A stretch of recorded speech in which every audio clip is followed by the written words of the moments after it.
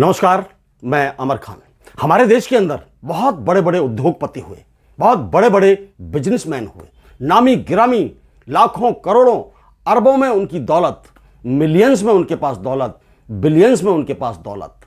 लेकिन जिसके पास दौलत भी थी, शोहरत भी थी और देश के लोगों का प्यार भी था, वो एक ही शख्सियत थी हमारे देश की। उद्योगपतियों में नाम था, देशभक्ति में नाम था, लोगों के प्यार और विश्वास में उनको याद किया जाता था। जी हां, मैं बात कर रहा हूं 9 अक्टूबर 2024 को हमारे देश से एक ऐसी शख्सियत मोक्ष को प्राप्त हुई कि जिसका दुख देश के कोने कोने में बच्चे, बूढ़े और जवान सभी को हुआ है। और वो शख्सियत थी रतन टाटा। जी हां, रतन टाटा, टाटा इंडस्ट्रीज के मालिक, टाटा इंडस्ट्रीज के चेयरमैन। उनको हम किसी इंडस्ट्रियलिस्ट के तौर पर नहीं देखते, कोई नहीं देखता था उनको देखा जाता था बड़ी शख्सियत के तौर पर, बड़े बड़े दिल वाले इंसानियत के तौर पर। उन्होंने हमेशा गरीबों की मदद की, वो हमेशा मदद के लिए तैयार रहते थे। आज तक किसी ने भी रतन टाटा जी के ऊपर कोई सवाल नहीं खड़ा किया, चाहे वो सरकार हो, चाहे देश का आम नागरिक हो। बहुत सारे इंडस्ट्रियलिस्ट, बहुत सारे व्यवसायी, उद्योगपति हमेशा कहीं ना कहीं किसी न किसी की वजह से मुद्दों में बने रहते हैं, उंगलियां उठती रहती हैं।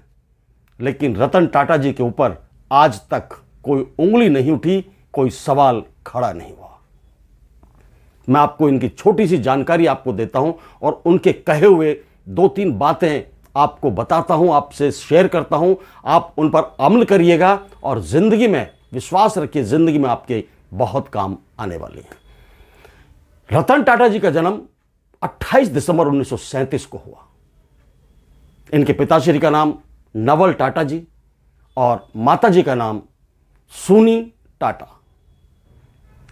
परिवार बहुत बड़ा परिवार नहीं था। इन्होंने अपने आप को शुरू से ही देश को समर्पित किया हुआ था। बिजनेसमैन थे, सबको साथ लेकर चलते थे, सबके सुख दुख में वो शामिल होते थे। उनको टाइम बाय टाइम अवार्ड से भी सम्मानित किया गया। उनको पद्म भूषण अवार्ड से सम्मानित किया गया, पद्म विभूषण अवार्ड से सम्मानित किया गया। लेकिन मुझे जहां तक जानकारी है, अभी तक भारत रत्न से उनको सम्मानित नहीं किया गया था। यह हमारे देश की सरकारों की नाकामी मैं कहूंगा, पहली सरकारों की और आज की सरकार की नाकामी ही कहूंगा कि इतनी बड़ी शख्सियत को, जो 140 करोड़ लोगों के दिलों में राज करती है, उनको भारत रत्न से सम्मानित नहीं किया। उनकी कही हुई 2-3 बातें मैं आपको बताता हूं, आप उन बातों पर अमल करिएगा और उन बातों पर चलने की कोशिश करिएगा। वो कहते थे कि इंसान को जिंदगी में उतार चढ़ावों से नहीं डरना चाहिए। आप ईसीजी कराने जाते हो डॉक्टर के पास और सीधी लाइन आती है तो समझ लीजिए आप कि आप जीवित नहीं हैं। जिंदगी में सफलता के लिए उतार चढ़ावों का होना बहुत ज्यादा जरूरी है। उतार चढ़ावों से नहीं घबराना चाहिए। असफलता यदि आपको मिलती है तो उससे सीख लेनी चाहिए। सीख लेकर उसी असफलता को सफलता में बढ़ने के लिए, सफलता में बदलने के लिए, सफलता में तब्दील करने के लिए कोशिश करनी चाहिए और उसको सफलता में तब्दील कर देना चाहिए। नंबर 2, वो सही फैसले लेने में विश्वास नहीं करते थे। रतन टाटा जी सही फैसले लेने में विश्वास नहीं करते थे। वो कहते थे कि सही फैसला नहीं लेना है, मैंने जो फैसला ले लिया उसको सही साबित करना है।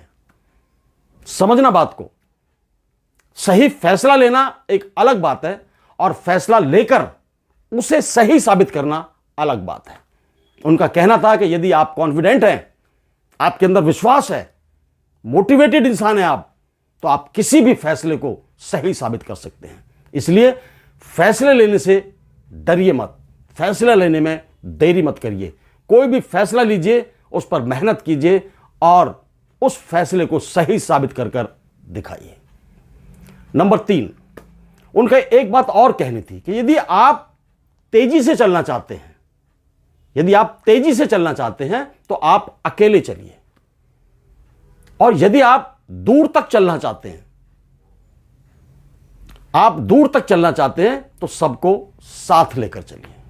सबको साथ लेकर चलने से आपको मजबूती मिलेगी, ताकत मिलेगी, कॉन्फिडेंस मिलेगा और सफलता लंबी दूरी तक, लंबी दूरी का मतलब बहुत बड़े समय तक, जिंदगी के आखिरी वक्त तक आपका साथ देगी। बहुत सारी बातें रतन टाटा जी कहते थे, लेकिन एक दो बातें मुझे याद रही हैं। अगले वीडियो में मैं बहुत सारी उनके कोट्स आपको बताऊंगा, मोटिवेशनल कोट्स वो कहते थे, जिनकी बातों पर चलकर, जिनकी बातों पर अमल कर कर देश के अंदर बहुत से नौजवान कामयाब हुए। तो ऐसी शख्सियत थी हमारे रतन टाटा। मुझे जहां तक लगता है कि सरकार को अब मरणोपरांत उनको भारत रत्न से सम्मानित करना चाहिए। वो देश की ऐसी धरोहर थी। मैं आपको फिर बता रहा हूं कि देश के अंदर बहुत सारे बिजनेसमैन हुए, उद्योगपति हुए, लेकिन रतन टाटा जैसी हस्ती कोई नहीं हुई। जीरो से लेकर शुरू हुए थे और आज पैसे की बात नहीं है, पैसा तो था ही था, लेकिन उनके प्रति लोगों के दिलों में जो इज्जत थी, मान था, सम्मान था, प्यार था, वो किसी उद्योगपति के पास नहीं मिलेगा। रतन टाटा जी को आज मैं अपनी तरफ से, अपने परिवार की तरफ से, देशवासियों की तरफ से भावभीनी श्रद्धांजलि अर्पित करता हूं और भगवान से दुआ करता हूं, भगवान से प्रार्थना करता हूं कि अपने चरणों में स्थान दे और उन्हें स्वर्ग की प्राप्ति हो। जय हिंद, जय भारत, नमस्कार।